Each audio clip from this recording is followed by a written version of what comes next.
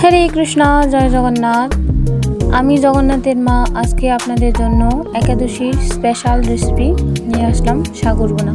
তো দেখতে থাকুন শেষ অবধি।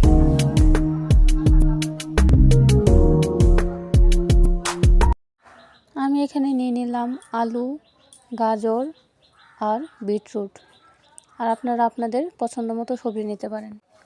তারপর চুলাতে প্যান বসিয়ে তাতে সানফ্লাওয়ার অয়েল বা ঘি ব্যবহার করতে পারেন। তারপর ওই প্যানে একে একে বানিয়ে রাখা সবজিগুলো দিয়ে দিতে হবে। তারপর সেখানে লবণ অ্যাড করে ভাজতে হবে যতক্ষণ না পর্যন্ত সিদ্ধ হয়।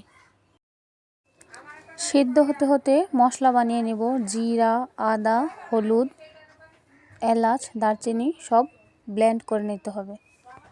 ততক্ষণে ভাজিগুলা সিদ্ধ হয়ে গেল। তারপর নামানোর আগে হলুদ বাটা দিয়ে নামিয়ে নিতে হবে। তারপর অল্প একটু ঘি দিয়ে তাতে কাজু বাদাম, কাঠবাদামগুলো ভালোভাবে ভেজে নেব।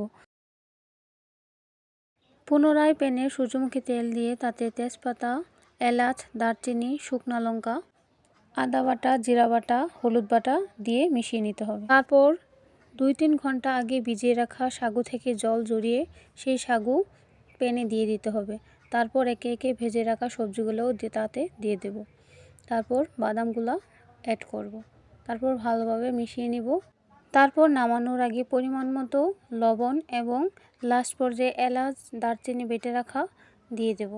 তারপর 10 মিনিট মিডিয়াম আঁচে রান্না করে নিলেই রেডি হয়ে যাবে সাগর ভুনা।